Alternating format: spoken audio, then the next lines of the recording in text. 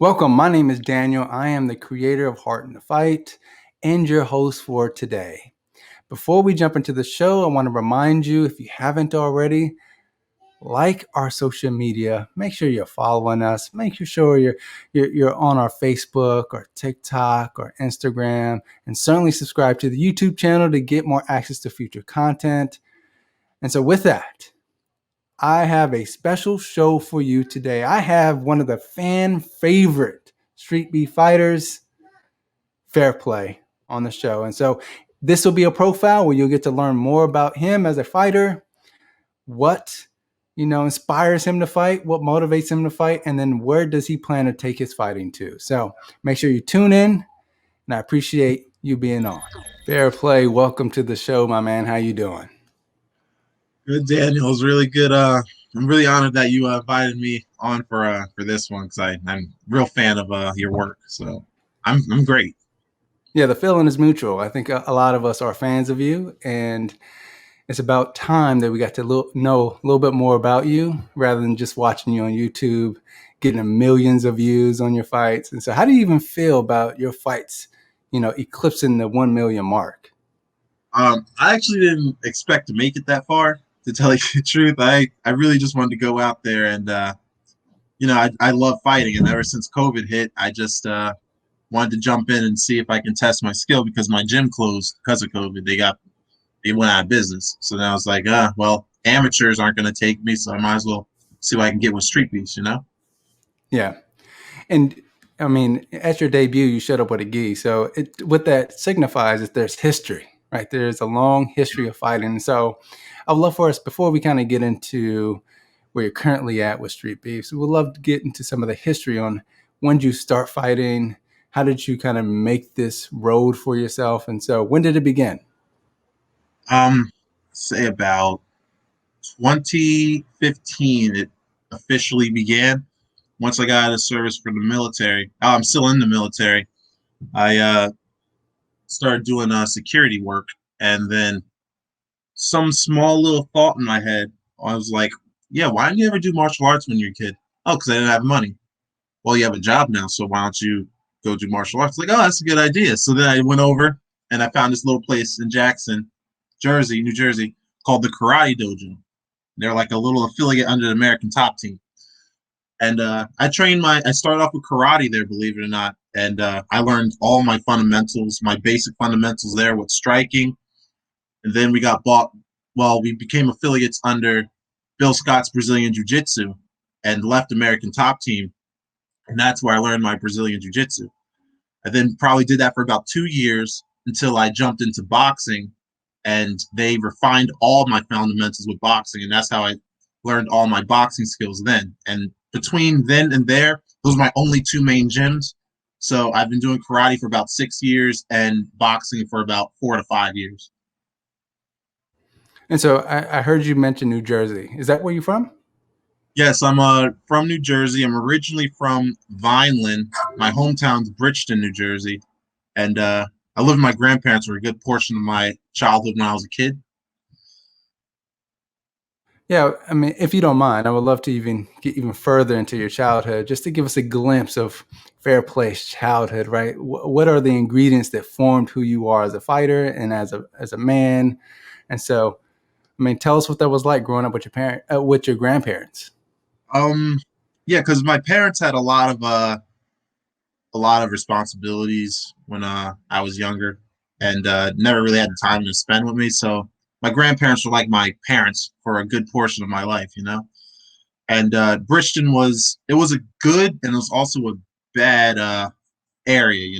There was a lot of crime there, but there were good people there too. So just had to stay away from the wrong areas. That's really it. I did school there for a little, and never really. I was really a pacifist, believe it or not. Never really liked fighting. My A lot of people bullied me for that. My grandfather was a religious man. He was a Christian pastor. He always taught me the good out of everything. So like, even though when things seem like they suck, I always try to find a little good in it and see what you can learn from it.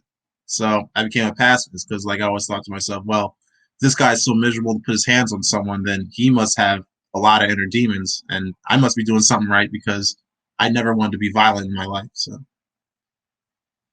Yeah.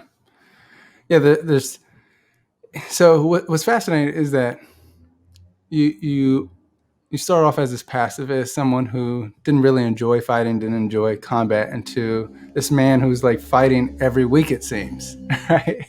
And yeah. so, what do you think the switch? When did it happen? Did it just happen? Because you even came up with a question. You questioned yourself, like, why didn't I start martial arts when I was younger? Because we couldn't afford it. But was there something that occurred before then to make you come up with that question? Like, you Um. know, yeah, go ahead. Yeah. It's no. I'm sorry for cutting you off, but no, it was there's a couple things I took into play in my mind, like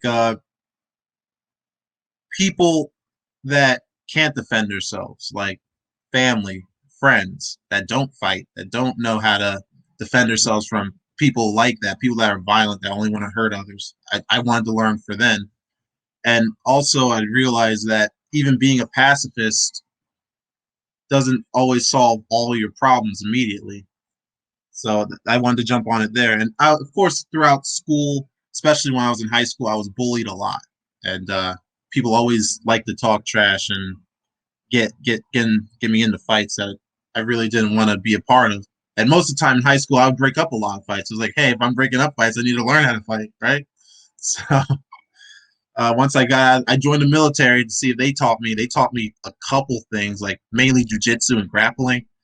And then I was like, you know what, I want to further this. And then I started taking karate.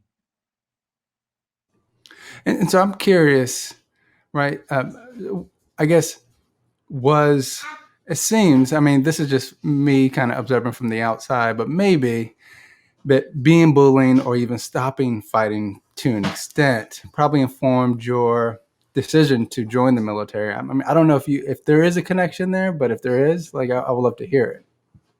Well, that was like the secondary reason, but my also main reason is I always honored people that were in uniform, law enforcement, any sort of authority, because they sacrifice time to make sure I can live my life the way I want, or someone down the street can live their life the way they want. So I volunteered mainly because when you volunteer, that's how it works. As many people volunteer for the military, it prevents a draft, and I don't want I don't want some lady's son having to go out there and deal with the crap that I have to deal with because he got forced to, you know? Yeah, and so once you got into the military, as you said, right, you start learning kind of combat. And so, how is that different from learning in a gym or learning in a school? Well, with the army, at least I know with the Marines they're a little more intense with it. But when I learned in the army, everything was immediate. Like you had to eliminate the person you were fighting. That's really what it was. While in the civilian world, you could always find different options and different routes to keep someone incapacitated, but without killing or hurting them. You know. So I always wanted to learn like every single option I have in a fight before I have to resort to anything that serious. You know.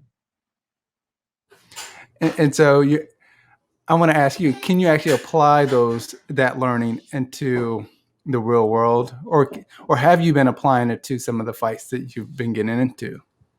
Yes, I actually that's why I fight like a showman because it looks good on the camera, but also I'm not hurting the guy too bad, you know? Like for example, I used to do hospital security a lot when I was younger. And you can't get in fist fights in a hospital when you're working with patients because then that's just gonna leave them in the hospital longer, you know? So I that's where I learned jujitsu. I learned how to keep someone suppressed without actually doing any damage to them. Then a couple times with psychiatric patients, drunks. If you grapple with them and you push them to the ground, and then once they get stuck for a while, they start rationalizing. All right, I'm the bad guy here, so I'll cooperate and I'll stop. You know, compared to if we're not learning anything, we just freaking beat the pulp out of each other. You know. Yeah, what's fascinating is in your responses to a lot of these questions that I've asked, multiple times you stated that I'm not trying to hurt the person, right? I'm just trying to subdue them. And so, how do you reconcile that as a fighter, someone who kind of goes out there? knowing that your life is certainly on the line, that you can actually get hurt in it, but you're not trying to hurt the person in return. I mean, it's and I don't want to jump around, but like the only time I really went 100% in any of my fights was because guys could take it. You know, Beast definitely. I mean, I went 100% on that guy, and he still treated it like a sparring session. That guy's level is far above mine. Um, Tigga, which is less known fight that I've been in with a pound for pound. That guy, he was a tower, and he was like a wall. No matter what I threw at him, he kept on coming at me. So I had to pace it up a little. And the main thing is when it comes to those fights is I would pepper people, and then I would back off a little, make sure they adjust themselves, they collect themselves, and I jump right back on because I know the damage of a fight. And when I fought 751, that scared me. Like I didn't really expect a KO. I was just expecting to make them work. Really, at the end of the day, that's why I only had like one. I'm not really trying to look to kill anyone. I was just trying to make it a good fight and a respectable fight. Yeah, no, certainly. I mean, it certainly sounds that, or even when we were watching, there is a showmanship to the way you fight, and I think that's why you've like immediately almost become kind of the fan favorite or the street beast favorite because of the way that you go out there and fight. But at no point does it, although it seems like you you get more aggressive over time, but it doesn't seem like you're going for the head knockout. It doesn't seem like you're trying to kill your opponent from the very beginning. So it's clear from my observation that what you're trying to do is display a number of skills, but also just trying to put on a show for everyone who's watching. And that's the goal of it all, you know, because it's amateur. Street Beefs is amateur, so Yeah. we're not getting paid for this. We're getting retinue, like I'm getting my name out there, of course, but I don't want to be known to be putting someone in the hospital. Like people fly out and everything, and someone misses their flight because I gave them a concussion. I'll feel horrible. Like I know how tough it is when you miss a flight and you're there. It's a mess. The whole airline is a mess. So, and especially like people have jobs, they have lives after this, and I don't want someone using time because they lost and they got injured in the fight because of me. You know? Yeah. Well, that's certainly commendable by you as a fighter, and I think that can serve a model for everyone else who's thinking about joining Street Beefs or already in Street Beefs. And so now you're in Street Beefs. What is your record, by the way? Because you fight so many times, it's hard to really keep tabs on your record. I mean, believe it or not, since I come from a karate background, no one wants to do MMA with me. Everyone wants to box, but I'm really not a boxer. I'm an MMA fighter, you know. But my boxing record is 7-1, and my MMA record is 4-0. BJJ is 1-1. I lost a big smile. I mean, that guy was a tank. Oh yeah, And yeah. yeah, I don't see many people beating him in jiu-jitsu or any kind of ground game. Yeah, that man is a monster. yeah, he. I was like, oh, I might be good, and he just grabbed me, and once he got his pressure on me, I was done. Like it was just the steamroll the whole match. Like I could not get him off me.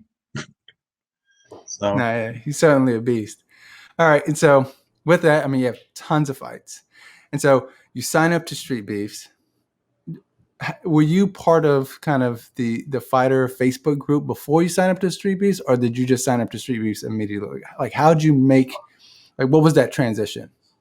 believe it or not, I I saw Street Beefs as like a like I thought it was impossible to join. Like I see these guys all the time. I was like, oh, I want to do this. This is freaking awesome. I was looking at Scarface back when I was in high school, and then it was really immediate when I thought about joining because I was like, wait a second, how do you join? So I typed on YouTube like how to join Street Beefs, and guaranteed he had a video on how to join Street Beefs. I was like, yeah, go on our Facebook page. Like, no freaking way. So I go on the Facebook page and I write an application to join, and they said your application will be approved in a matter of time, a moment of time. I was like, oh, they're probably not going to get to me in days. They got to me in like an hour. I was like, okay. So then they looked up the next event, and the next event was for me it was in November, which was like a week out. I was like, you know what? Let me jump on it. and I jumped on it, and then they sent me a message the day prior to the event. I thought I wasn't even gonna get it, you know.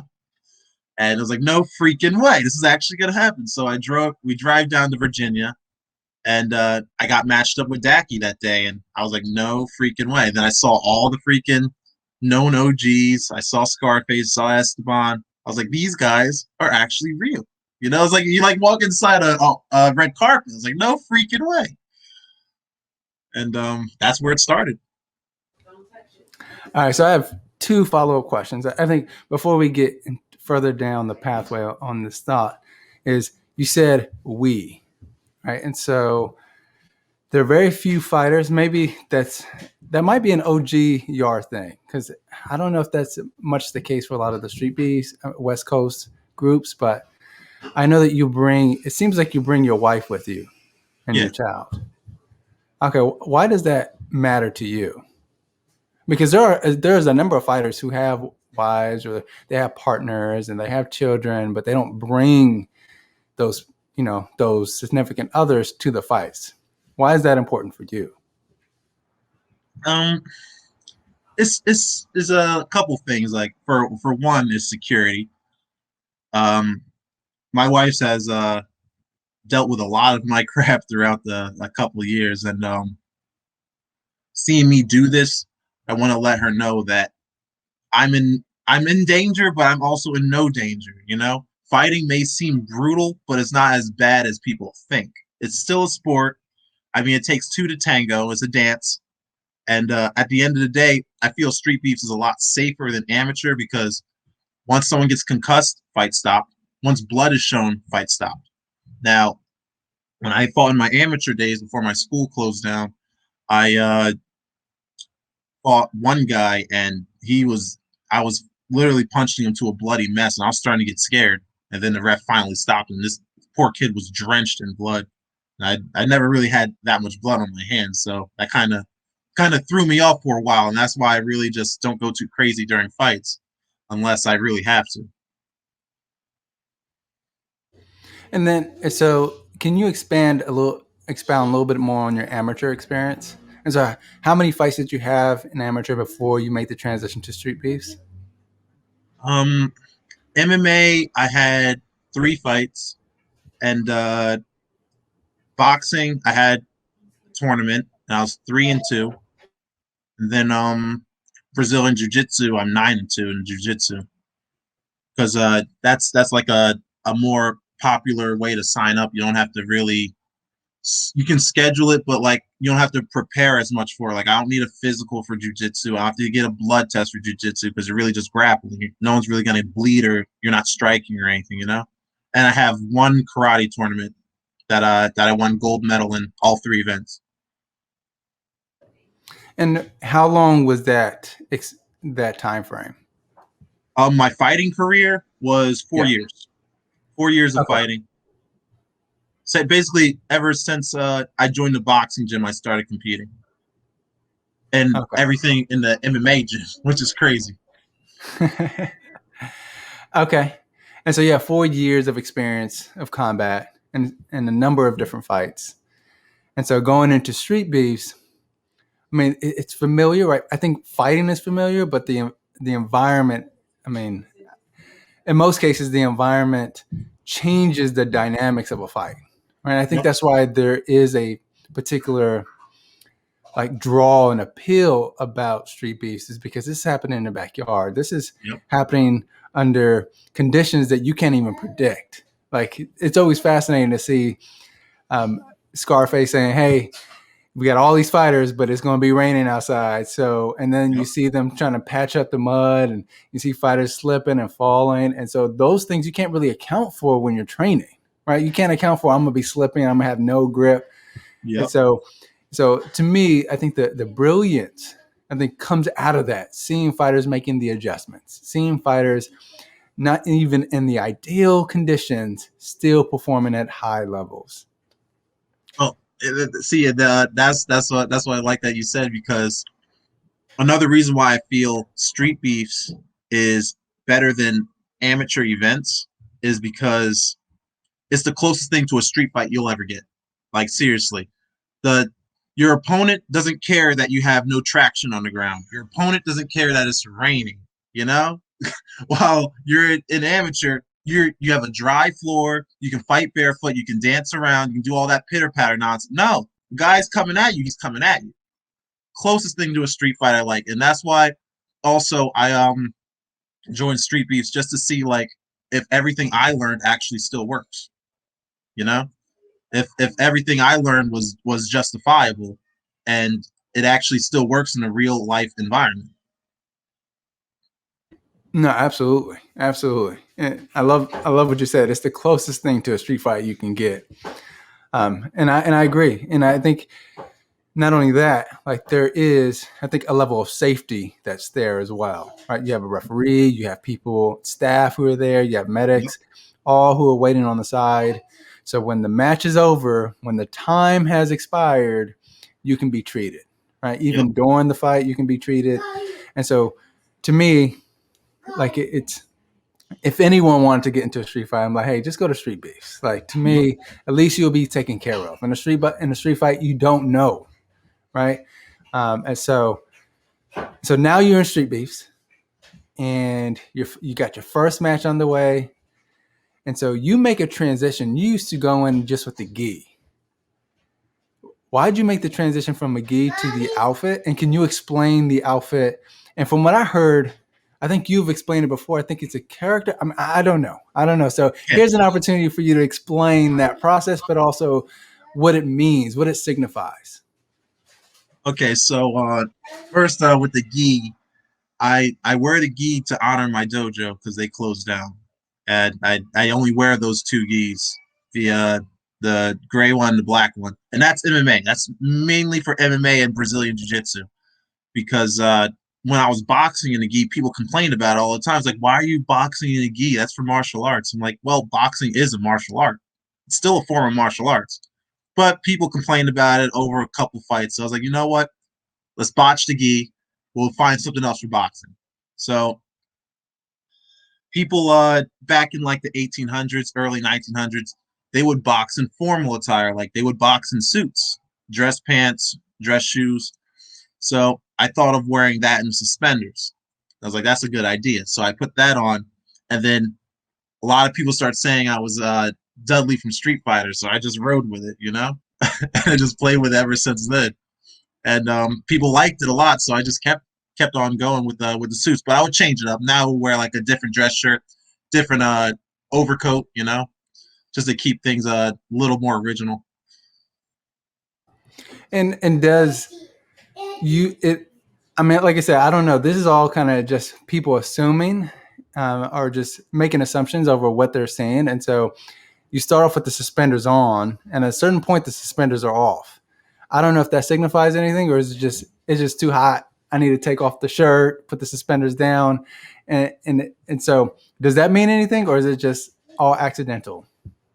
There's a lot of little factors with that when it comes to taking off the suspenders and the dress shirt too, is because the suspenders does get in the way of my movement. Like my jabs are a lot slower, my movement's a lot slower because it's pulling my shoulders down. So you can see what I'm doing before I even do anything. That's why I always lose the first round. I always lose the first round in every fight, just for that reason. Then also it's like a safety hazard. I always think in my head, I don't want someone getting flicked in the high with one of those things, so I take them off.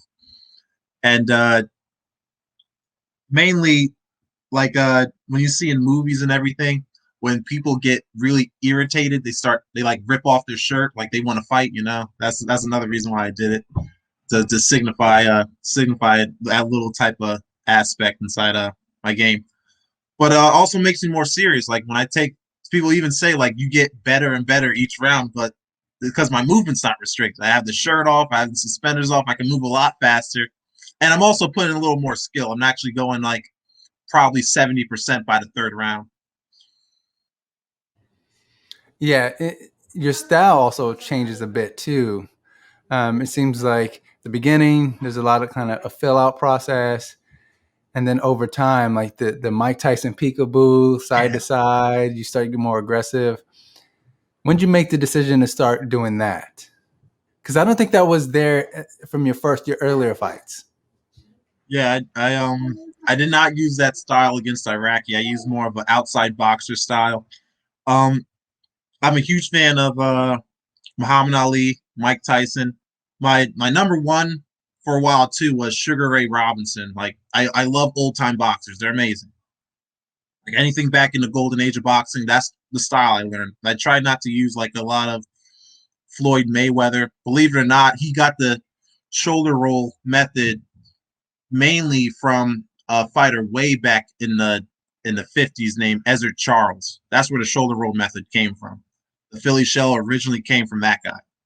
And I picked it up from there. And my method really isn't like Floyd's, more like his, because old school boxing, like I said, I want to show that it still works. You know, people always think that you have to use the Philly shell, you have to use Josh Kelly, Anthony Joshua, you have to use those styles. Like no, it's this the golden age is where it started, so that's where everyone get their fundamentals.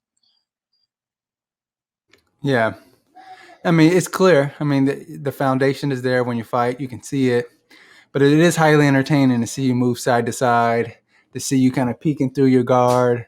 Oh yeah, Because, that, yeah, go sorry ahead. to interrupt you with that one, but yeah, I completely got off topic with that. But no, that's why like I use those styles so to show, because in a real boxing match, I'm probably not going to use that, but I use it in a fight so people can like relate and like, hey, this guy isn't just a one trick pony. He has an arsenal. He's unpredictable, you know.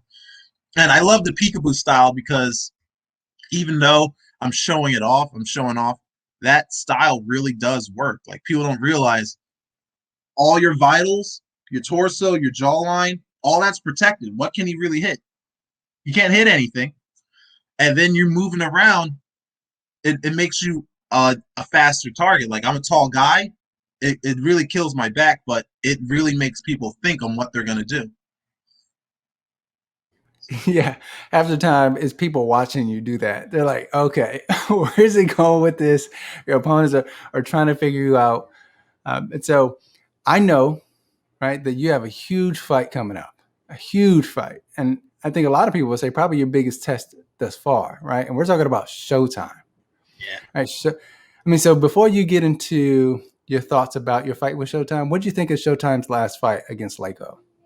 Oh, that, I was actually really looking forward to that fight. I was like, oh my god, someone's getting concussed in this one because these are big boys, they're scrappers, and both champions. I was like, oh my god, this is gonna be nasty.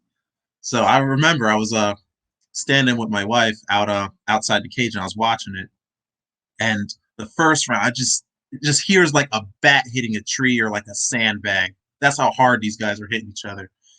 And Showtime just he looked relaxed. Like I don't know how anyone can stay that relaxed in a brawl and a banger like that, you know. And then the third round when I saw him at clip and knock down Lako, and I was like, yeah, with that knockdown, I knew he was done because like these guys have just been hitting each other their hardest shots for the past 3 minutes. I mean, for the past 3 rounds. That's scary. Like that's why everyone's on the edge of the seat. The whole like you didn't even see in the camera. The whole ring was just filled with people because people knew that it was going to be a clash, a serious clash, which made me realize that I got to start going back to the drawing board and figuring out what I'm going to do with the in the next week. And so let me ask you this. So when you get the phone call, I don't know if you volunteered to fight Showtime. I mean, I don't know what that process was like. And so please detail that in a second. But when you drew his name or when it got confirmed, what were your immediate thoughts? Um, I was actually really surprised. I didn't expect to get on a BLK Prime card until maybe next year because like there's a lot of guys that, believe it or not, have more skill than me that are like up here. I'm still young man in the making, working my way up. You know, like I was surprised to even get on the Memnon card. I was like, oh, I'm on the Memnon card, on the Reckless Rico card. All right, this is gonna be Gorilla and Canadian. Looking forward to seeing that one too. Like I'm fighting myself, but I really just want to be there so I can see it live. That's really the main reason. But no, like the whole process, I was actually really surprised because I jumped in as a substitute. I said, if you guys need a substitute, I'll gladly jump on. And then probably like a week later, they showed the fight card. It was like I'm like reading, and it was like, oh shit, Fairplay versus Showtime. What? It's not me, is it? It's like, oh no, it's actually me. It's like, okay. So I started training a lot more and picking my stuff up because Showtime has not went 100% yet in that ring. Like as many people think he has not went 100% in that ring. I have to like do my homework because that guy has 100+ amateur fights in boxing. He's borderline pro. Like he's just one fight away from pro. That's really what it is. So, how do you prepare for that? Right? Like, what is your mental state going into a fight, knowing that the guy has that much experience? Like you said, he's borderline pro at this point, right? So, are there any nerves that you're dealing with? And then, how do you? I mean, how do you balance that out? Like, are there any practices that you do to help resolve some of those things? Um, tell you the truth, I every fight I'm scared out of my mind. My nerves are high, but I don't show it on the outside because again, I have to be strong at the end. I got fans that are rooting for me. Like they don't want to see the person they admire showing fear and showing anxiety. And also, what I do is really throughout my whole martial arts career, I just am so used to fights now. Like after I get hit a good couple times, then I'm relaxed. Then I'm actually not scared at all. And I, prior to preparing for these fights, I go into intense sparring matches. I do at least 12 rounds. I try to fight championship rounds just to get my cardio up, just to know how it feels to be in a crappy environment and getting hurt in a crappy environment. You know, like something a novice fighter wouldn't would have issues with. I try to adjust to. So a lot of people, when they get knocked down for the first time, they quit because it's a new feeling to them. They don't know what's going on. They don't know what's right. Like I've been in sparring, I've been knocked out. And my amateurs, I've been knocked out. And it's a crappy feeling, but you also have to keep in your head, you're not going to die. You're going to be fine. Like it's just at most 3 more minutes of a hard fight. You're at the last round. You're not going to die. Give it your all. Also have fun while you're doing it because you're going to be miserable if you're not taking any type of pleasure out of having a fight, having studied martial arts. It should be a hobby. It shouldn't be a career, you know? Yeah, I mean, you make an interesting. I won't even say observation, but you're making an interesting point. This idea of you're not going to die, and so why not just fully embrace the experience? Because what I've heard, right, and I've listened to millions of. I mean, I'm an MMA fan. I've been watching it since I think UFC 3 with Ken Shamrock, and so I've listened to interviews after interviews from fighters around like how do they deal with their nerves. And I remember like a few times I've heard fighters said, sometimes you just kind of come to the realization that the worst that can happen is you get knocked out, you lose the fight. That is the worst that can happen. And so you have to come to grips with with that reality. And so it Yep. seems like you've come to grips with that reality that this is the worst that can happen, and I'm not going to die ultimately. Yeah, I mean, that's the main one. And also, I people think people don't really think about this analogy until it actually hits you. But fear is your best friend in a fight because it keeps you on your toes. It keeps you aware of everything, and your body knowing that's going to be in danger can actually take a lot more damage than your body not knowing. Like Tyson says, the punch that you don't see that takes you out. You know, and if you walk into a fight without fear or anxiety, you're either crazy or stupid because that little bit of edge, that little bit of motion will help you see punches, will help you brace for an impact, will help you focus on the next step you have to do to get this guy off you, the next step you have to do to put this guy in a bad situation. Yeah, it reminds me. I don't know if you saw this, but the Nate Diaz versus Leon Edwards fight, right? Leon Edwards is beating Nate Diaz all 4 rounds. Fifth Yep. round, he gets clipped and he's hurt. And so when they asked him afterward and they said, hey, like what happened in that fifth round? Like you almost got put away. And he said, I just came, I lost focus, right? Um, I became complacent. And so I think what happens is, like you said, he stopped being fearful. He stopped fearing that he can ultimately get hurt in this fight. And as a result, he gets caught. And now he's skating around the ring. He Yep. can barely keep up. And so, and when you speak to both the Nick and Nate Diaz, they will always tell you that it's fear that drives them, right? And their mentality is like kill or be killed, right? And so it's fascinating, right? This idea of you have to embrace this fear. You have to welcome this fear because it will ultimately help boost your performance, help make sure that you are not being complacent in the ring. Yep. Yeah, and a And that, lot of people just kind of run from that fear. yeah, because people, we're human beings. Naturally, we are selfish at heart. Not saying selfish as a bad thing, but like we only care about things that make us feel good. So whenever we have bad emotion, we want to stay away from it. That's why you see a lot of cowardice in the ring. That's why you see a lot of people that are more confident between talking behind the screen than someone in front, because that little bit of adversary scares them. That little bit of adversary makes them want to walk away. That makes sense. No, absolutely, absolutely. And so I know we kind of derailed a little bit from the conversation with you Yeah. versus Showtime, but I think that it's a really great point, especially for fighters who are watching this. I think that that's some wisdom that they can take with them moving forward. So I appreciate you sharing that kind of wisdom with the group and that kind of insight. And so, how does the fight between you and Showtime end? Do you have any predictions? What is the outcome? Well, I'm like I said, I'm not a trash talker, and I never really see myself being able to hurt anyone. But to tell you that I really wanted to go to decision, win or lose. I wanted to go to decision because I want to put on a show for the fans, right? But at the same time, if I get hit with a good one or he gets hit with a good one, it's not going 6 rounds. It's just not. Sparks are going to fly, and I definitely am going to lose a couple brain cells in this one. Like that's a guarantee. And also a couple ribs because that man goes to the body, Yep. right? It's so it seems like that is the primary goal is to break down the body so that the head becomes more available. So uh, I'm I'm I'm confident that you're probably training the body if you haven't already. Certainly start throwing some things on your stomach. Have your baby probably jump on your tummy.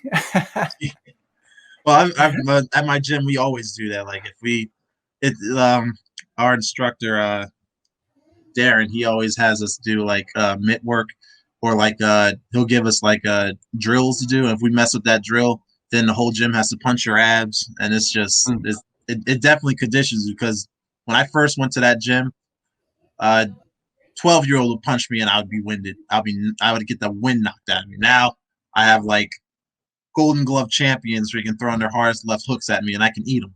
You know. Well, that's good to know. And so, for those who are tuning in, make sure you tune into the BLK Prime event happening. What's the date? June June 26th. And 26th. Yeah. yep. And so, make sure you purchase the pay per view because, I mean, if you've ever seen any of the fights, you know that this is going to be a banger. It's going to be one for the books. So, make sure y'all tune in, purchase this pay per view, watch this classic battle. So, win or lose, what happens after this? What are your Um. plans? Well, that's the thing. I don't expect to win. I don't expect to lose. I expect to perform. You know. Hmm. Either way, I know after this fight, Showtime's going pro. That belt's going to be vacant, and I'm going to be a contender for it. And that's huge message to everyone. If you think that you're going to get a rematch with Showtime before getting to me, then you're going to have to get through me first, because he has too much respect for anyone to be able to jump the ranks and fight him. Like, you have to earn that fight. So you have to get through me to get to him. And so, you're talking about his belt in the OG yard, Yeah, correct? yeah. Okay. And then how long do you foresee yourself fighting the street beefs? Is this the end goal? Is there something else that you want to do? Um, I'm not one to make excuses, but after this fight and July's fight, I'm probably going to take a little break to heal up my hands. because I've been really active in the past couple months, and my body needs that time to heal again. So I'm probably gonna take like 1 or 2 months off and then come back in September. Awesome. Well, it's good to hear. You're also doing like a world tour as well. Like you fought in the West Coast branch, and Yeah. so, are there any plans to fight in Scrapyard at some point? Um. Yes. I I really don't want to make a huge big deal of it or anything, but if I can get down to Scrapyard probably by the end of the year, that's the plan. And I want to actually go to Texas branch Yeah. before I actually hang up my gloves because this is like my huge bucket list of street beefs to hit every single branch before I go. Oh, that's awesome. That is awesome. So I appreciate the time. Um, you're certainly becoming a legend in Street Beefs. I wouldn't be. I don't know when they do the Hall of Fame like announcements, but I'm certain that that is in your cards. They Right. actually did put me on. Um, Oh they wow. they put me on there earlier this month, like early this month, or maybe a week before the last week of May. Yeah, little fair play right under. I'm right under unknown. I was like, oh, I'm actually there. All right. Well, Well, that's one thing. congratulations, man. Check that one thing off. Thank you. And thanks again for your time, Daniel. I appreciate the invite. Of course. And so, how do you feel being a Hall of Famer, a Wall of Uh, Famer? I mean, I don't know what the exact official title is, but certainly Hall of Fame, Wall of Fame. I think it's yeah, synonymous with the same thing. yeah, it's the same thing. The Wall of Fame really made me realize like now I got a reputation to keep, you know? I mean, my name's on there, so I can't be a slouch. I have to actually like up my game a little in these fights so people know like there's a reason why on that wall, you know? Yeah. Well, I appreciate you coming on the show, learning a little bit more about you and your journey. And so, to the fans who are watching, what can they do to support you through this journey? Are there any social medias they should be following? Here's your opportunity. Okay, so there's two things. Honestly, I really appreciate the support. That's more and above and beyond everyone. Like seriously, I'm thankful. But if you want to look at some of my content, check out my YouTube page, which is literally my name right here, and just X out the Fairplay, and my Instagram channel, which is Fairplay_2496. And I'll keep you posted and just stay safe and stay tuned in the meantime. I think which actually leads me to one final question. How did you come up with the name Fairplay? Thanks for the reminder, by the way. Yeah. No problem. Again, it's like I said, I came up with the name Fairplay because two things. One of the main reasons is I believe in a respectable fight. You know, fighting is a form of dancing. You know, you have to have a respect into that. It's a formal and organized controlled violence. It's basically what it is controlled violence.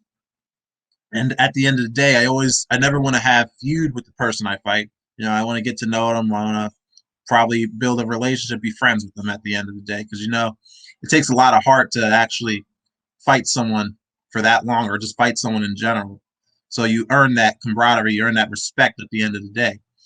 And two, I was a huge DC comic buff, and there's this superhero named Mister Terrific, and he has Fair Play marked on his uniform. I was like, oh, that's a good name. I like that name. So I was like, yeah, Fair Play. Let's go with it. Awesome, brother. Well, we appreciate the time. Thank you, man. I'm certainly after your fight, we'll love to have you back on the show. Hey, I'm honored, Daniel, and thanks for sending me an invite, and I really appreciate the time. Absolutely. All right, man. Take care, brother. There you have it. Hopefully you enjoyed the show with Fair Play. We got to learn more about him as a fighter and hopefully some of the wisdom that he was able to impart throughout the show that you can apply to your life. So if you like what you heard, like what you saw, please subscribe to the channel.